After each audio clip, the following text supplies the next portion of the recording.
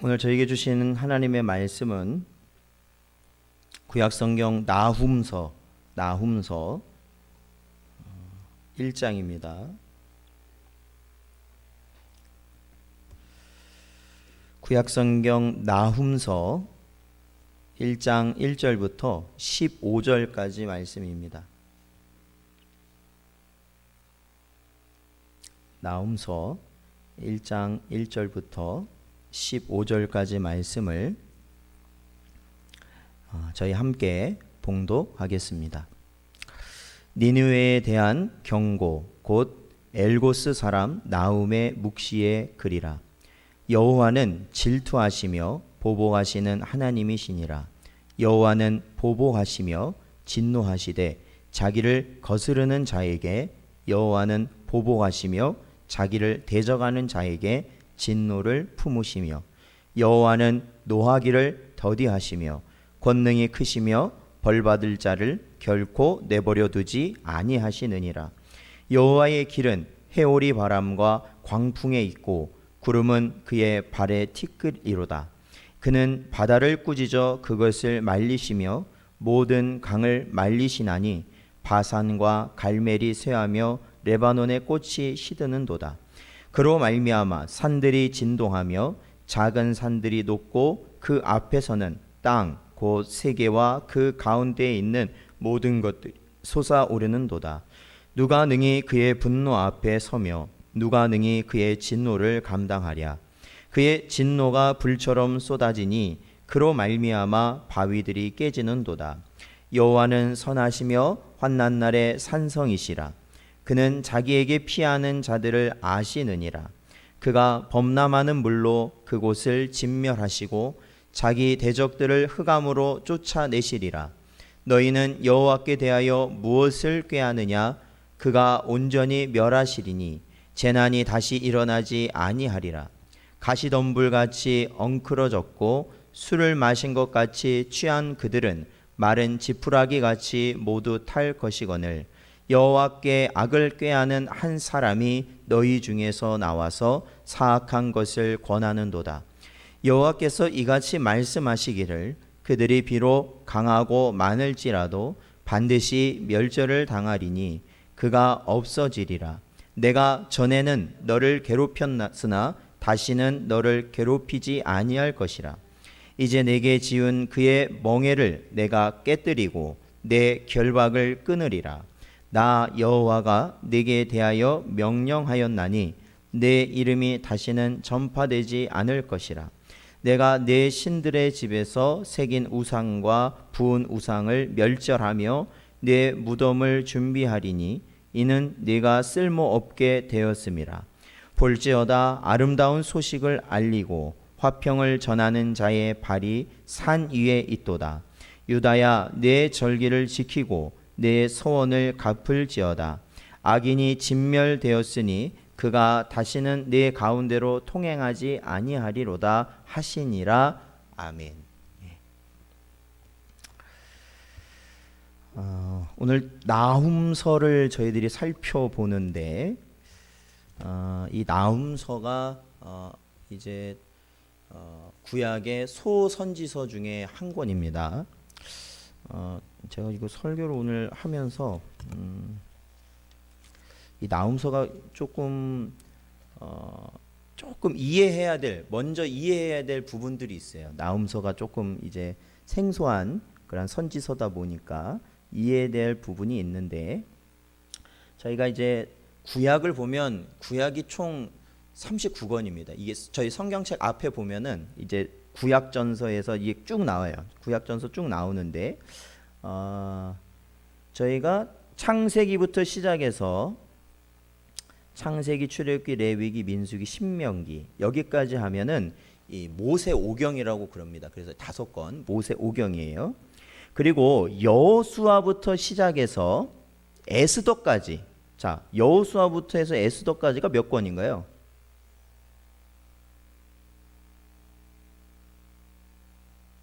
몇 권이죠? 12권이죠. 네, 2권이에요. 12권. 이게 뭐냐면 그러니까 제가 이제 구약 성경을 읽는 이 어느 정도의 그 배경을 알려드리는 거예요. 그러니까 이 모세 오경과 그리고 지금 이후에 나오는 여호수아부터 에스더까지 12권이 물론 모세 오경은 모세 오경이라고도 불리지만 이게 하나의 구약의 역사예요. 그러니까 구약의 역사는 에스더까지라고 보시면 돼요. 에스더. 그래서 그 내용들이 에스더까지 있습니다. 그래서 저희가 창조하고 이 구약의 창세기부터 하면은 창조를 하시고 또한 타락한 이후에 아담과 하와가 타락한 이후에 이제 또 자손들이 생기다가 노아의 홍수가 있고 이렇게 쭉 이어지잖아요. 그 역사가 쭉 돼서 이제 아브라함이 등장하고 이삭이 등장하고 그 다음에 야곱이 등장하고 그 다음에 요셉이 등장하면서 어떻게 되냐면 이스라엘 12지파, 애굽의 12지파가 출애굽을 하면서 이제 출애굽으로 넘어가잖아요. 그래서 이 이스라엘 지파가 이제 하나님의 택한 백성으로서 쭉 이어지게 되는데 그러한 역사, 이제 출애굽에서 광야 40년을 겪습니다. 광야 40년을 겪는 게 이제 출애굽 그 모세 오경, 창세기, 레위기, 민수기, 신명기까지가 광야에서 40년 세월을 겪는 내용이 거기에 들어가요. 그리고 나서 여호수아에 들어가면 방금 제가 말씀드린 역사서 여호수아에 들어가면 이제 가나안 땅에 들어가면서부터 일들이 이제 나옵니다. 가나안 땅에. 그래서 거기서 사사기가 나오잖아요. 이 사사기 역시도 가나안 땅에서 있었던 일이에요. 그리고 룻기도 역시 가나안 땅에서 있었던 일입니다. 사사기 시대예요. 그리고 나서 어떤 시대가 오냐면 이제 왕이 세워지는 시기가 와요. 그게 이제 사무엘 상하예요. 사무엘서, 사무엘서, 열왕기서, 역대기서 등등 해서 이제는 왕, 사울왕, 다윗왕, 솔로몬왕 해가지고 쭉 가다가 어떻게 돼요?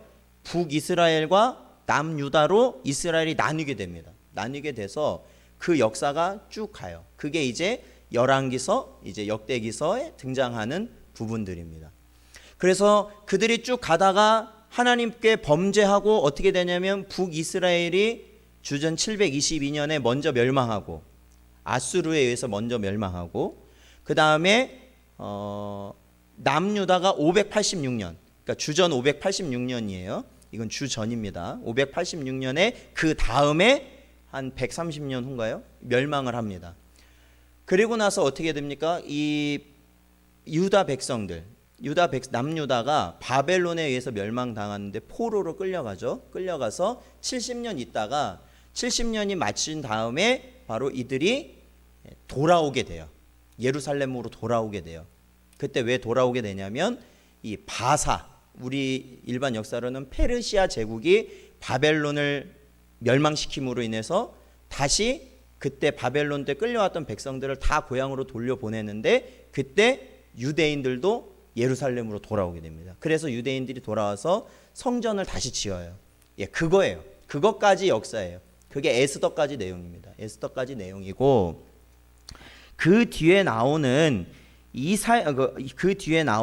이제 구약 거기 책에 보면 욥기, 시편, 잠언, 전도, 아가서는 시가서로 그거는 종류가 달라요. 그건 잠시 빼놓고 그 이후에 이사야부터 쭉 말라기까지가 선지서예요. 이사야부터 말라기까지가 선지서인데 이사야부터 말라기까지가 새로 역사가 이게 거기는 추가되는 게 아니라 아까 저희들이 봤던 에스더까지의 역사 안에 나타난 선지자들이 쓴 선지서들을 모아놓은 게 이제 선지서들입니다. 그래서 이사야부터 다니엘까지는 대선지서라고 그래요. 5권. 왜 그러냐면 분량이 많아서 그래요. 분량이. 그리고 호세아부터 시작해서 말라기, 우리 나홈이 포함된 말라기까지 이 12권의 책들은 소선지서라고 그래요. 왜 그러냐면 분량이 적어서. 그렇죠. 저희가 오늘 본 나훔도 3장밖에 안 돼요. 3장. 이래서 소선지서라는 거예요. 그러니까 이사야서 같은 경우에는 굉장히 많거든요. 몇십 장이 되기 때문에 거기는 대선지서예요. 양이 많기 때문에. 자, 먼저는 선지서에 대한 간략한 제가 먼저 이해를 말씀드리고 이 두 번째는 이 저희가 보는 이 나훔 선지서에 보면 자, 1절을 보면 1장 1절을 보면 니느웨에 대한 경고, 곧 엘고스 사람 나훔의 묵시의 글이다라고 표현되어 있습니다. 이 니느웨에 대한 경고라고 되어 있잖아요. 그러니까 이거는 보통 선지자들은 다 북이스라엘 아니면 유다를 향해 경고했어요. 그러니까 그 사람들이 누구냐면 하나님 백성들. 너희가 하나님 말씀대로 살지 않는다라고 그걸 경고하기 위해서 선지자들이 말씀을 선포했는데, 특별히 몇 명은 북이스라엘이나 남유다가 아니라 전혀 다른 나라에 대해서 예언을 했어요. 그러니까 나훔 같은 경우도 그래요. 자, 근데 이 니느웨라는 나라가 니느웨라는 곳이 어디냐면, 아마 니느웨를 들어보셨을 건데, 저희가 이 선지서 중에 요나서가 있습니다. 요나서. 그러니까 요나는 나훔보다 약 100년 앞선 선지자인데, 그 요나서가요, 보면 하나님이 요나에게 어디에 가서 그들에게 회개하라고 메시지를 전하라고 말씀하셨냐면 니느웨에 가서 전하라고 말씀하셨어요.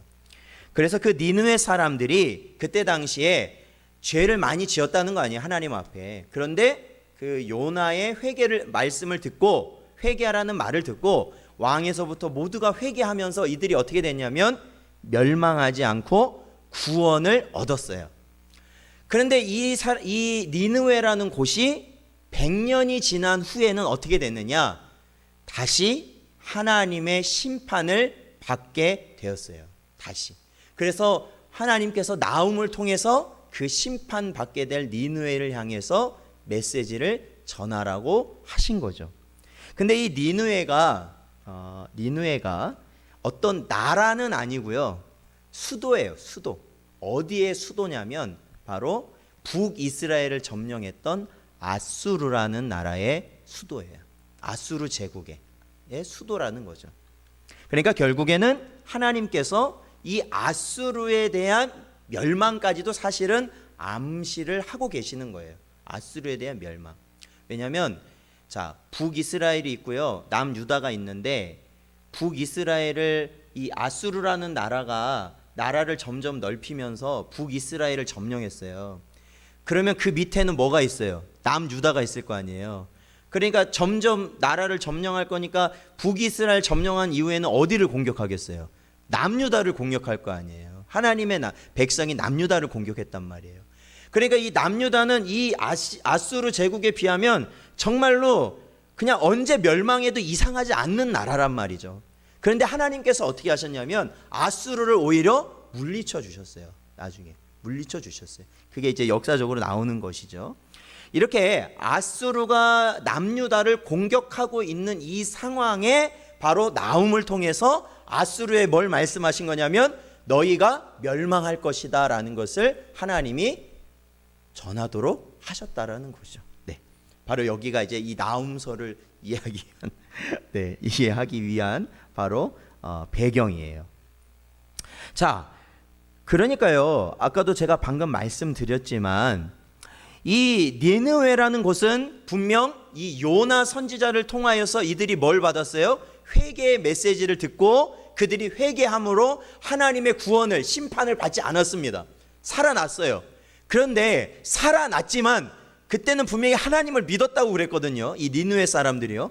그런데 그들이 살아났지만 100년이 흐른 뒤에 보니까 이들이 어떻게 하고 있다라는 거예요? 하나님 앞에 그 전과 같이 범죄하였다라는 거예요. 범죄하였다. 자, 그러므로 사랑하는 성도 여러분, 한번 우리가 어떠한 하나님의 은혜를 입었다고 해가지고 그것이 평생 간다고 생각하면 그거 오산입니다. 그렇죠. 우리가 뭐 신앙생활 하면서 좋은 감정이라든지 좋은 느낌 받을 수 있어요. 좋은 뭔가 하여튼 하나님이 주셨구나라고 느낄 수 있는 것이 있을 수 있습니다. 그런데 그걸 한번 우리가 받았다고 해서 그거 가지고 우리가 평생 동안 하나님 말씀을 우리가 잘 지키고 하나님의 뜻대로 살아간다고 생각하면 오산이라는 거예요. 그러지 않아요. 왜? 사람의 본성은 그러지 않는다고요. 아마 주일날 예배를 들으셨으면, 설교를 들으셨으면 아시겠지만 사람의 본성은 어떠한 본성을 가지고 있다고요? 누구나 다 똑같아요. 누구나 예배 드리는 거 싫어하는 거예요. 기도하는 거 싫어하는 거예요. 하나님 말씀대로 사는 거 싫어하는 거예요. 그거의 본성이에요. 그런데 왜 우리가 예배 드리는지 아세요? 신기하죠. 왜 그런 본성을 지닌 우리가 예배를 드리는지 아세요? 왜 예배에 목숨을 거는지 아십니까? 그것은 하나님께서 택한 자를 붙들어다가 그 예배의 자리에 놓으신다라는 겁니다. 이거는 다른 사람의 강요가 아니라 하나님의 성령께서 우리의 마음속에 그리 역사하신다라는 거예요. 그래서 아무리 힘들어도, 아무리 어려운 상황이 와도, 이러한 역병의 사태 가운데서도 우리의 마음가에서는 어떠한 마음이 있냐면 하나님을 예배하고 싶은 마음이 일어난다라는 것입니다. 그리고 우리가 죄악을 저질렀을 때 우리는 어떠한 마음이 일어난다는 거예요? 회개하고자 하는 심령이 일어나게 된다라는 것이에요. 예레미야서 3장 13절에 보면 너는 오직 내 죄를 자복하라. 이는 내 하나님 여호와를 배반하고 내 길로 달려 이방인들에게로 나아가 모든 푸른 나무 아래로 가서 내 목소리를 듣지 아니하였음이라 여호와의 말씀이니라 말씀하십니다. 여러분, 하나님께서는 다른 거 필요 없어요. 하나님께서 자신의 백성을 긍휼히 여기시는 건 뭐냐? 하나님 앞에 자복하는 겁니다. 자복이 뭐예요? 자기가 스스로 죄에 대해서 고백하고 자의 모든 것을 토해내는 겁니다. 그리고 하나님의 말씀대로 살기를 오로지 다짐하며 살아가는 것입니다. 그게 자복입니다. 이것은 다른 사람의 강요로 되는 것이 아니라 오직 하나님의 성령께서 우리 안에 계실 때 그러한 모습이 나타나게 된다라는 겁니다. 사랑하는 성도 여러분, 이제는 오늘날 성도의 모습은 어떠한 큰 무리 안에 포함되어 있다고 해서 저 사람이 진짜 성도다 아니다, 아니면 어떠한 일을 하기 때문에 성도다 아니다, 그런 거로는 우리가 진짜 아니라는 것을 우리가 알게 되었지 않습니까? 가장 중요한 것은 항상 간절히 구하십시오. 우리의 중심이 하나님의 성령으로 말미암아 변화되고 우리가 세상을 보는 눈이 달라져서 이제는 하나님의 뜻대로 살아갈 수 있는 그러한 심령, 하나님께 예배하고 하나님께 기도하고 찬양하는 것이 우리의 소망이 될 수 있는 그러한 심령을 달라고 우리는 간절히 구하며 살아가야 한다라는 것입니다.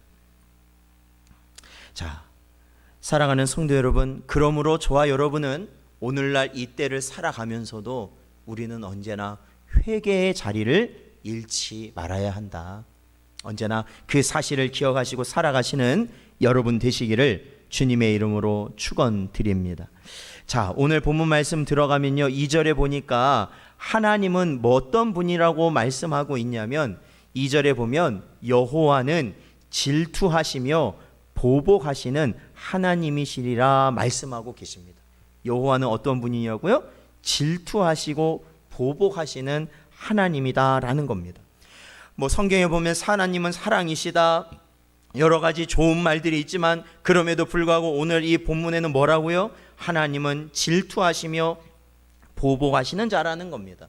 그러니까 나를 바라봐야 될, 나를 따라야 될, 내 말을 들어야 될 백성들이 다른 존재를 따라가고 다른 존재의 말을 들을 때, 우상 앞에 나아갔을 때, 세상을 더 신뢰할 때 하나님은 어떻게 하신다라는 거예요? 질투하시고 그것에 대해서 어떻게 합니까?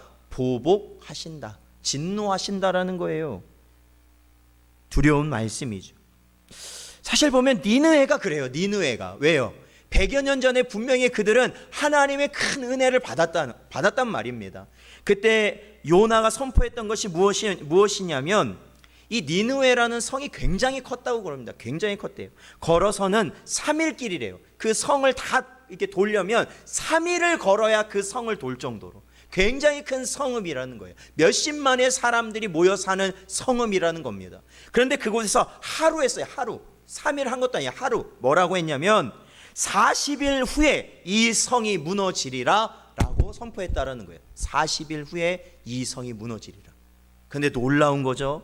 놀라운 거예요. 그 메시지를 듣고 니느웨의 왕으로부터 시작해서 그 니느웨 성읍에 있는 가축에 이르기까지 다 금식하면서 하나님 앞에 부르짖었어요. 하나님 살려주십시오. 우리가 잘못했습니다. 살려주십시오 라고 하였을 때 하나님께서는 어떻게 하셨느냐면 그들을 살려주셨어요. 자, 우리 요나서 한번 찾아볼게요. 요나서 조금만 앞으로 가시면, 나훔서에서 조금만 앞으로 가시면 요나서가 나와요. 요나서 3장 10절 말씀.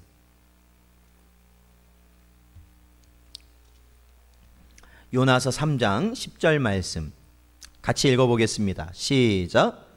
하나님이 그들이 행한 것 곧 그 악한 길에서 돌이켜 떠난 것을 보시고 하나님이 뜻을 돌이키사 그들에게 내리리라고 말씀하신 재앙을 내리지 아니하시니라. 아멘. 그렇습니다. 바로 이때가 그때예요. 이 요나서 이 3장 10절의 상황이 바로 니느웨가 회개하였을 때 하나님이 뜻을 돌이키셔서 그들에게 말씀하신 예정되어 있던 재앙을 거두셨다라고 말씀하시는 거예요.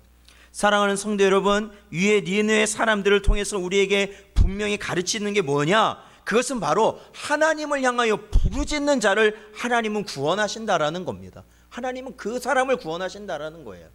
그러니까 우리가 성경 말씀을 제대로 알고 또한 우리가 믿음이 바로 서 있다면 이제는 하나님께 부르짖어야 한다라는 것이죠. 우리는 어떻게 보면 우리의 소원이라는 것을 직접적으로 우리의 가정에 어려움이 있으면 그 문제를 놓고, 물질적인 것이 있으면 그것을 놓고, 우리의 사업적인 문제가 있으면 그것을 놓고, 아니면 우리 배우자나 우리의 자녀들이나 우리가 아는 사람들의 문제가 있으면 그 문제를 직접 놓고 우리는 기도하는 경우가 많이 있지만, 사실은 성경에 보면 조금 더 많은 그런 것은 일부예요. 그 경우를 직접 놓고 하는 건 일부입니다. 더 많은 경우는 어떤 경우냐면 오히려 하나님 앞에 자복하며 회개하였다라는 거예요. 나의 죄입니다. 나의 죄. 하나님, 이 어려움은 저의 죄입니다. 제가 하나님의 말씀을 온전히 따르지 못하고 하나님께 예배하지 못하고 하나님께 나아가지 못했던 삶을 산 저의 죄입니다. 저의 죄를 용서하여 주옵소서라고 고백하였다라는 것이죠. 오히려 그러한 부르짖음이 있을 때 하나님께서는 어떻게 해요? 그 환난 가운데서, 그 어려움 가운데서 그를 건져내 주셨다라는 겁니다. 시편 34편 6절에 보면 이 곤고한 자가 부르짖음에 여호와께서 들으시고 그의 모든 환난에서 구원하셨도다, 이렇게 고백하고 있습니다. 이 부르짖었다라는 것은 다른 것이 아닙니다. 하나님, 제가 죄인입니다 라는 겁니다. 저희가 금요일마다 시편 보면 그러잖아요. 특히 다윗의 시가 많이 나오는데 지금까지 보면 다윗의 시에서 항상 거의 대부분 다윗이 고백했던 게 뭐냐면 내가 죄인입니다. 하나님, 제가 죄인입니다 라는 거였습니다. 하나님의 은혜를 구하는 것이었죠. 그로 말미암아 다윗의 일생을 보면 그 어떠한 정말로 다윗이 죽을 수밖에 없는 상황에서도 바로 하나님은 그를 건져내 주셨다라는 것이죠. 사랑하는 성도 여러분, 그러므로 하나님께서 지금 우리를 향하여 니느웨와 같이 참고 기다려 주실 때 우리가 우리의 영적 각성을 이루고 하나님께 돌아가야 한다라는 것입니다. 하나님이 기다려 주실 때 마치 니느웨를 기다려 주셨던 것처럼 우리를 향해서도 하나님께서 기다려 주실 때, 우리가 하나님 앞에 예배하는 자로 세워주길 기다려 주실 때, 하나님께 기도하는 자로 세워지길 기다려 주실 때, 하나님께 중심을 다하여 나아가는 자가 되기를 기다려 주실 때, 하나님께서 우리를 통해 우리의 교회와 가정이 세워지길 위한 그 기다림 가운데 우리는 바로 깨닫고 하나님께 나아갈 수 있어야 된다라는 겁니다. 그러지 못한다면, 그것이 나타나지 못한다면 결국에는 니느웨가 어떻게 됩니까? 멸망하게 됩니다. 나중에 이 아수르 제국은 멸망하게 됩니다.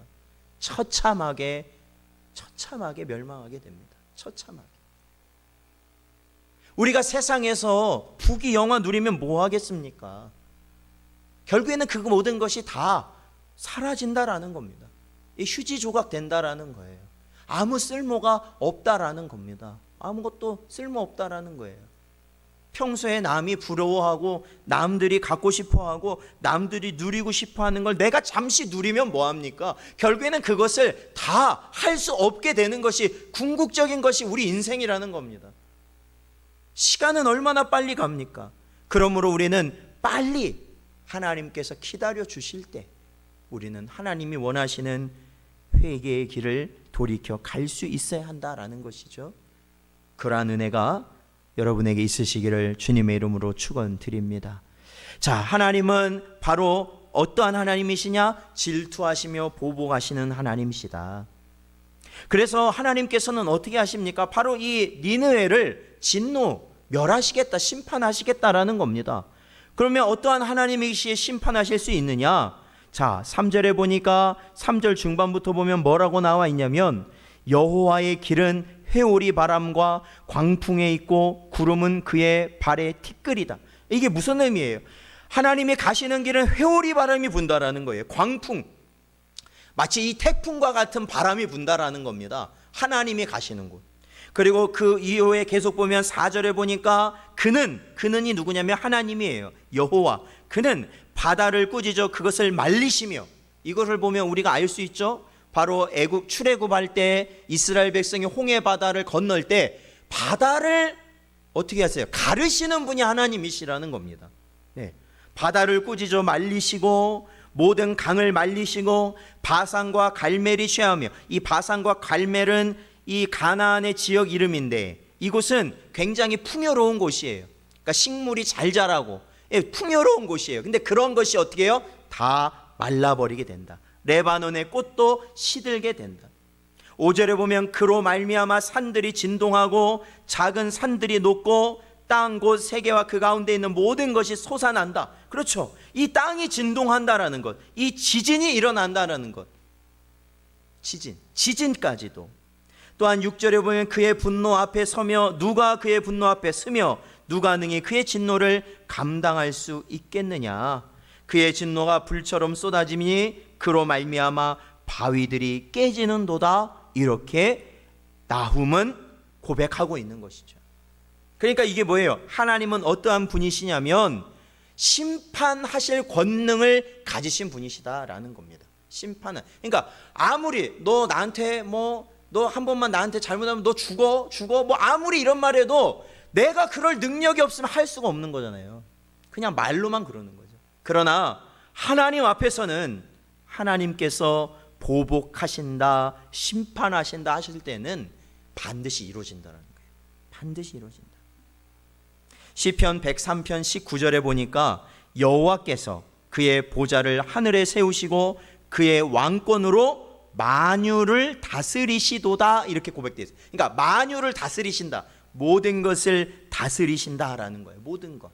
자, 그렇다면요, 우리가 이것이 정말 하나님의 권능임을 우리가 믿는다면 오늘날 우리가 살아갈 때요, 자 보세요. 오늘날 어떠한 일들이 나타나고 있다고 계속해서 뉴스에 나옵니까? 얼마 전에 아시아 지역을 휩쓴 태풍, 아니면 홍수, 그리고 미국의 폭염으로 인한 산불. 그렇죠. 그건 뭐 지금 서울에 몇 배라고 그러더라고요. 엄청나게 넓은 면적이 다 타버렸어요, 그냥. 그러니까 미국이란 나라가 그 불길을 막을 수가 없다라는 거예요. 그 밖에 지역에 일어나는 모든 상황 아시지 않습니까? 정말로 이 재난, 이 모든 재난과 같은 재앙을 속수무책이라는 거예요. 그 어떤 나라도 그거를 막을 수가 없다라는 거예요. 어떤 사람들은 이러한 일들을 사람이 무분별하게 환경을 파괴했기 때문에 그로 인해서 나타나는 것이다, 그러니까 우리 사람들이 그거를 줄이면 할 수 있다라고 이렇게 말하는 사람들도 있습니다. 그러나 성경의 가르침에서는 그게 아니에요. 성경의 가르침에서는 바로 우리의 신앙 가운데서는 이 모든 게 뭐예요? 하나님의 섭리 가운데 이루어지고 있다라는 것을 우리는 분별해야 되는 것입니다. 분별해야 돼요. 지금 이 땅에 있는 이러한 역병의 사태를 우리가 볼 때, 또한 계속되어지는 태풍이 우리나라를 지나가고 여러 나라들 어렵게 하는 이 상황을 볼 때 우리는 단순히 태풍이 오는구나, 그냥 우리가 이 태풍 어떻게 피하면 살겠지, 이게 중요한 게 아니라는 겁니다. 사실은요. 왜요? 우리는 한날 한시 어느 때 어떠한 변을 당할지 우리는 알지 못한다라는 것이죠. 언제 우리가 살고 있는 집의 터가 무너질지 갈라질지 우리는 알지 못한다라는 겁니다. 그러므로 이러한 일들을 볼 때 우리는 분명히 깨달아야 하는 것이죠. 이 모든 것이 하나님의 권능 아래 이루어지고 있다라는 것을 우리는 깨달아야 된다라는 거예요. 깨달아야 된다. 자, 우리 신명기를 한번 찾아보겠습니다. 구약 성경 신명기 앞쪽에 있죠. 창세기, 출애굽기, 레위기, 민수기, 신명기입니다. 신명기 4장 19절 말씀입니다. 신명기 4장 19절 말씀. 자, 같이 읽겠습니다. 시작. 또 그리하여 네가 하늘을 향하여 눈을 들어 해와 달과 별들, 하늘 위의 모든 천체, 곧 너희의 하나님 여호와께서 천하 만민을 위하여 배정하신 것을 보고 미혹하여 그것에 경배하며 섬기지 말라. 아멘. 그렇습니다.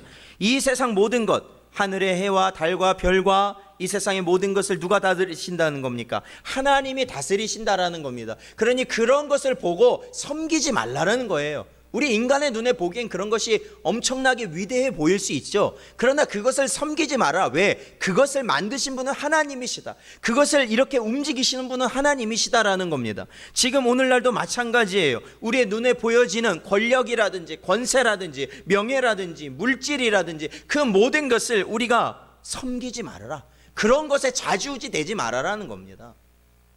그런 것이 우리에게 하나님보다 우선으로 되지는 말으라는 겁니다. 그리고 계속해서 우리는 하나님을 섬기며 나아가라는 것이죠. 오늘 이 나훔서의 이 말씀을 통하여서 하나님은 니느웨를 심판하시고도 남는 분이시라는 거예요. 심판하시고도 남는 분. 왜? 그럴 만한 권능을 지니신 분이 바로 우리 하나님이시기 때문에 그렇습니다. 사랑하는 성도 여러분, 이러한 시기 하나님의 백성들과 또한 이 세상에 믿지 않는 사람들, 물론 믿지 않는 사람들이 대부분이죠. 너무 많죠. 그런 가운데 이 믿는 사람들이 소수인데 이러한 소수, 그러므로 인해서 어려움을 겪고 모든 하여튼 어려움들을 많이 겪는 이 상황들을 하나님께서는 왜 놔두실까?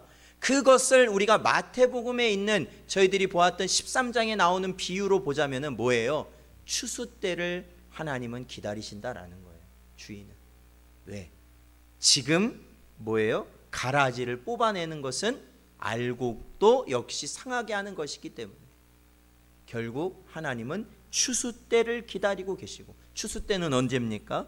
바로 주님이 강림하실 때라는 겁니다. 그러므로 지금은 우리가 어떠한 형편과 모양으로 살게 되어든지 간에 우리는 하나님의 말씀을 붙들어야 됩니다. 그 길밖에 없습니다. 그러니까 우리에게 아무리 맞다고 하는 것들이 아무리 와도 그것들은 다 없어지지만 결국에는 하나님의 말씀밖에 영원토록 변하지 않는 것이 없다라는 거예요. 자, 그러한 내용이 이제 8절까지 나오고 9절부터 보면은 하나님께서는 이 니느웨를 완전히 진멸하실 것이다 라고 말씀을 하십니다. 그러니까 9절부터 보면은 여호와께 대하여 무엇을 꾀하느냐 이런 말이 있죠.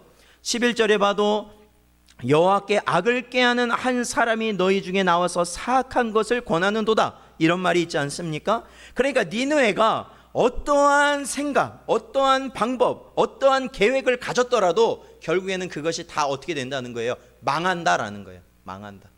결국엔 다 망할 것이다. 너네가 아무리 살려고 발버둥 쳐도 너희가 세운 계획으로는 다 망하게 될 것이다 라는 겁니다. 다 망하게 될 것이다. 자, 12절을 한번 보세요. 근데 12절, 자, 오늘 본문 12절을 같이 한번 읽어보겠습니다. 시작.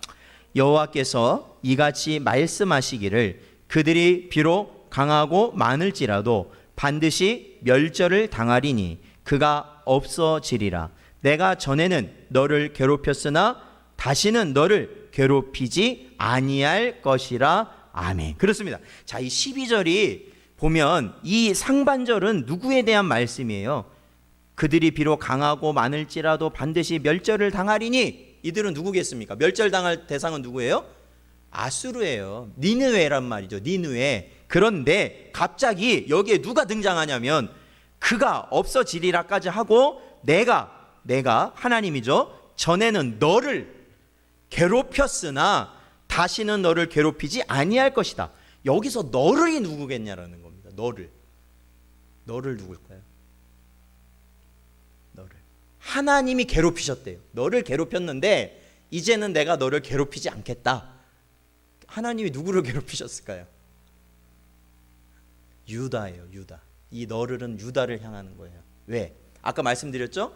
북이스라엘이 멸망하고 아수르가 이제는 그 밑에 있는 유다를 계속 공격했는데, 사실은 유다가 왜 공격을 받았냐면 북이스라엘이 하나님 말씀 지키지 않아서 멸망했다는 걸 알았거든요. 그런데도 유다는 어떻게 했어? 계속 하나님 말씀 안 지켰단 말이에요. 그러니까 하나님이 이 아수르를 통해서 계속 유다를 어떻게 해요? 쪼신 거란 말이죠. 계속 힘들게 하고 어렵게 하셨다라는 거예요.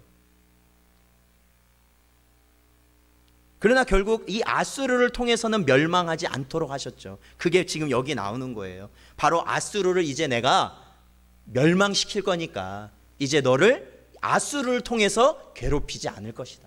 아수르를 통해서 괴롭히지 않을 것이다. 그러니까 이 유다의 입장에서는 이 니느웨의 멸망에 관한 이 심판에 대한 메시지가 뭐예요? 결국 유다 입장에서는 구원의 메시지가 되는 것이죠. 멸망하니까 그 적이. 그래서 13절에 보면은 이제 내게 지운 그의 멍에를 내가 깨뜨리고 내 결박을 끊으리라 말씀하시는 거예요. 그러니까 완전히 이 유다를 멸망시키진 못했지만 유다를 속국으로 삼고 굉장히 많은 것들을 침탈해 갔는데 그러한 멍에까지도 끊으시겠다 하나님은 약속하시는 것이죠. 자, 14절 볼까요? 14절. 나 여호와가 내게 대하여 명령하였나니 내 이름이 다시는 전파되지 않을 것이라. 내가 내 신들의 집에서 새긴 우상과 부은 우상을 멸절하며 내 무덤을 준비하리니 이는 네가 쓸모없게 되었음이라 말씀하십니다. 자, 14절에서 자 보세요. 그러니까 이게 좀 어려운 거예요. 방금 이제 하나님께서 유다를 향해 말씀을 하셨어요. 근데 14절에서 나 여호와가 내게 대하여 라고 할 때 내게는 누굴까요? 여기는 누굴까요? 여기는 아수르예요. 니느웨. 여기서는 니느웨에 대해서 말씀하시는 거예요. 그러니까 뭐라 해요? 완전히 멸망시키실 것이다 하시면서 자 14절 마지막에 뭐라고 보세요? 네가 쓸모없게 되었음이라 라고 하나님은 말씀하고 계신다라는 거예요. 사랑하는 성도 여러분, 자, 이 표현이 중요해요. 뭐가 중요하냐? 여러분, 이 아수르라는 제국은요 굉장히 큰 제국이에요. 사실은요 굉장히 큰 제국이어서 이 아수르가 그 지금의 이집트 땅 그리고 그 이스라엘 지금 그 땅 그리고 그 뒤편에 있는 모든 땅을 그 아수르라는 나라가 다 지배했거든요. 굉장히 큰 나라예요. 아수르, 그 다음에 뭐 바벨론, 그 다음에 페르시아, 그 다음에 뭐 마케도니아 이르기까지 그 지중해 연안에 그 차지했던 그 제국, 엄청난 제국들이에요. 진짜로 엄청난 제국들이. 그 힘이 너무나도 막강하죠. 지금의 뭐 나라들도 그때 영토만큼 비교할 수 없잖아요. 그때 제국은요. 그런데도 하나님께서는요 그 제국을 어떻게 사용하셨냐면 하나님의 도구로 사용하셨다라는 거예요. 그게 하나님의 도구. 자, 이것도 한번 봐야 되는데, 네. 이사야서 한번 볼까요? 좀 앞으로 가셔서 이사야서 10장 24절 말씀이에요. 이사야서 10장 24절 말씀.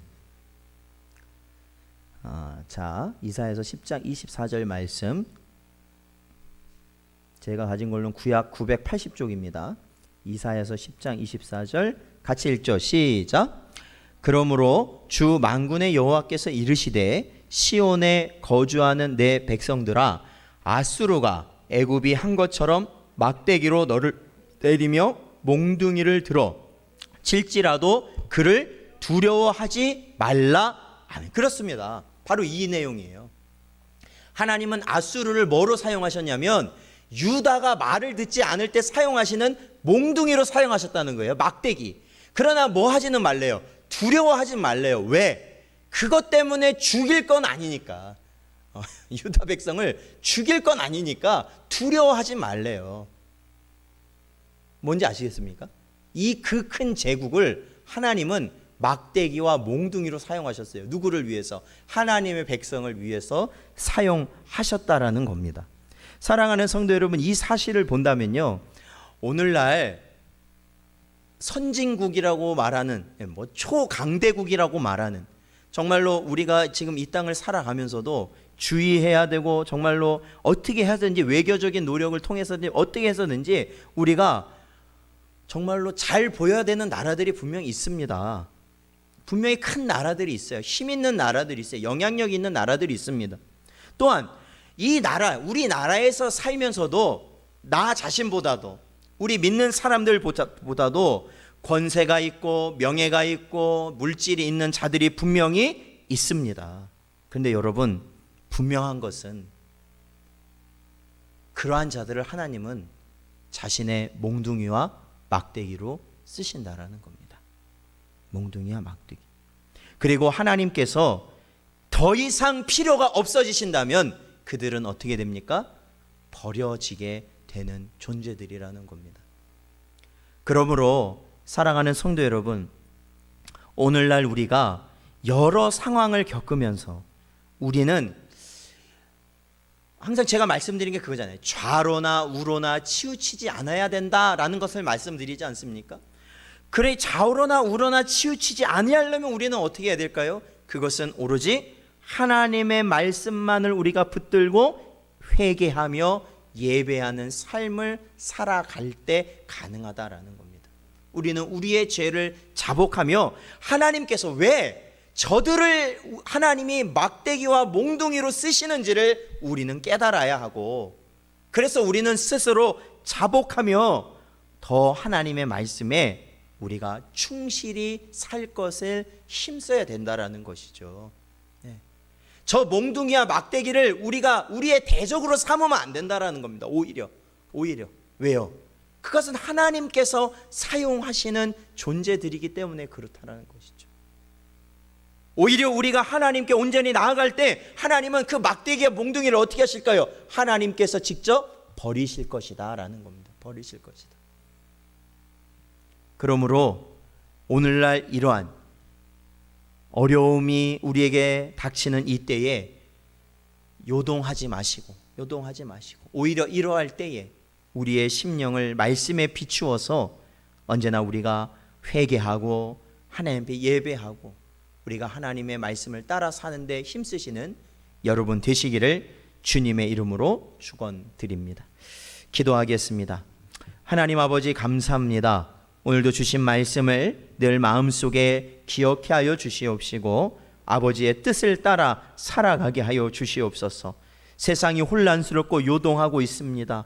특히 저희들도 아버지 하나님 두려움이 엄습할 때가 있습니다. 그러할 때마다 이 모든 것을 주장하시는 분이 하나님이심을 저희들이 온전히 깨닫게 하여 주시고, 이러할 때일수록 하나님 아버지를 우리가 온전히 섬기며 예배할 때 우리의 구원이 이루어지어 감을 언제나 믿음으로 살아갈 수 있도록 인도하여 주시옵소서.